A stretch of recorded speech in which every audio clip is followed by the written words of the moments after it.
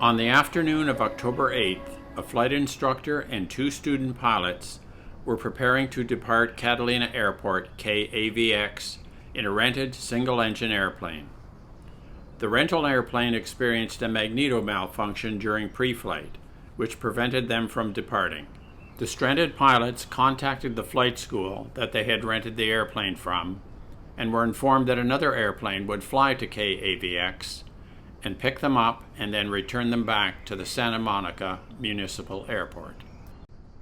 The airport manager at the Catalina Airport gave the pilots permission to land after closing hours, but informed them to depart before sundown, which was at 6:31 p.m. The flight from Santa Monica to Catalina Island was uneventful. The Beech Baron landed on runway 22 at 6:20 p.m.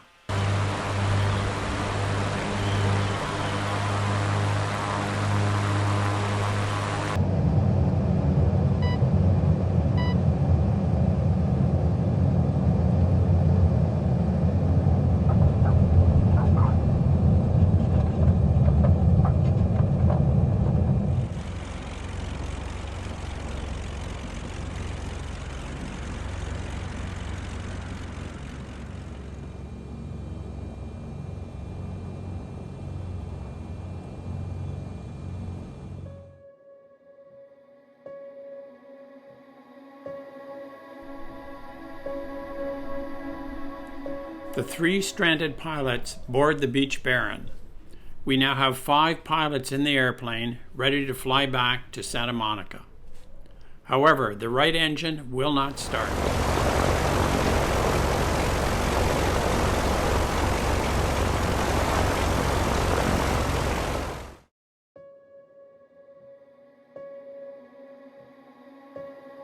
The pilots exit the plane and use an extension cord to power an onboard battery charger.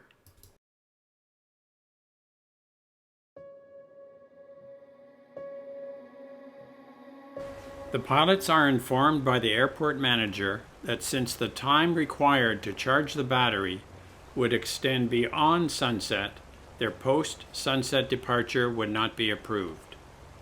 The pilot and airplane owner of the Beech Baron informed the airport manager that he had to go and would depart after sundown.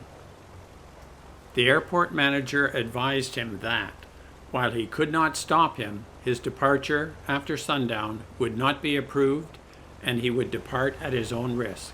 The airport manager then went into his residence and about 8 p.m. heard what sounded like a normal departure.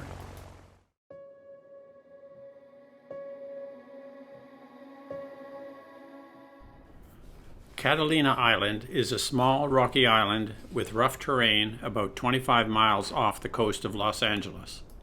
Catalina Airport is open to general aviation from 8 a.m. to 5 p.m. The airport does not offer night operations and there is no lighting. Runway 22, the standard runway in use, heads southwest with the California coastline. The first 1,800 feet of the runway has an uphill incline of around 2% before leveling off with a slight downward slope. The last 700 feet of the runway is not visible until you approach the crest. Aircraft departing runway 22 have a takeoff run towards a ravine with no lights or landmarks ahead.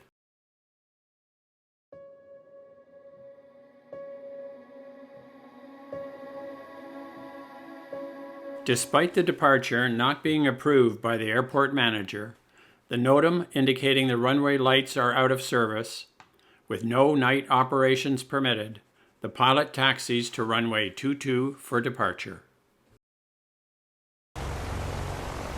By the time the aircraft lined up for departure, it was now dark and almost 1.5 hours after sunset. The throttles of November 73 Whiskey Alpha are advanced and the aircraft departs runway 22.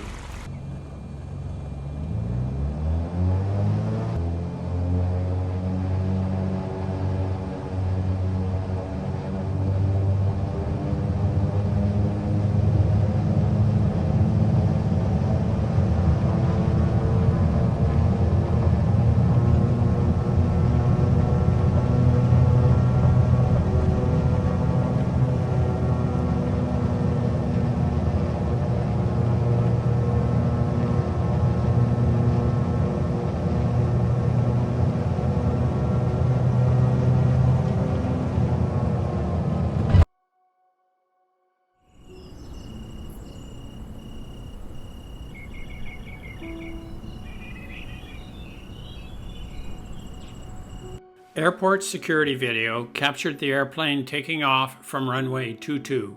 The video showed dark night conditions were present as the airplane came into view during the takeoff roll at about 8:04 p.m. Preliminary ADSB data showed that the airplane became airborne about the midpoint of runway 22. The airplane maintains a low altitude approaching the departure end of the runway.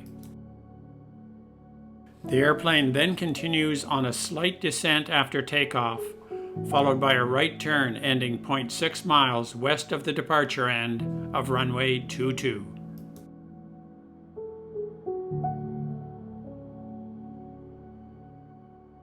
The airplane impacted the east face of a ridgeline about 0.7 miles west of the last recorded ADSB target, and about 0.96 miles west-southwest of the departure end of runway 22 at an elevation of about 1,230 feet MSL. Ground scars were consistent with the airplane striking the ground on a 280-degree heading in a wings level attitude with the landing gear extended. The main wreckage came to rest in a ravine about 450 feet west of the initial impact point. Never let "I must get there" be a part of flying. This flight is an excellent example of get there-itis. The moment the right engine of the Baron did not start should have been the time for the pilots to decide to overnight at Avalon. Waiting over an hour for the battery to charge before departure was the wrong decision. The pilot knowingly disregarded the airport regulations. He was informed by the airport manager and by the NOTAM stating that the runway lights were out of service and that no night operations were allowed at the airport. The NTSB will certainly be looking at the aspects of takeoff performance with 5 individuals aboard and the airworthiness history of the aircraft. The onboard battery charger was a red flag. If the battery was in good condition, the aircraft would have departed before or very close to the time of sunset. Under no circumstances, let bad decisions override "I must get there." Condolences to all the families and friends associated with this accident. Thanks for watching.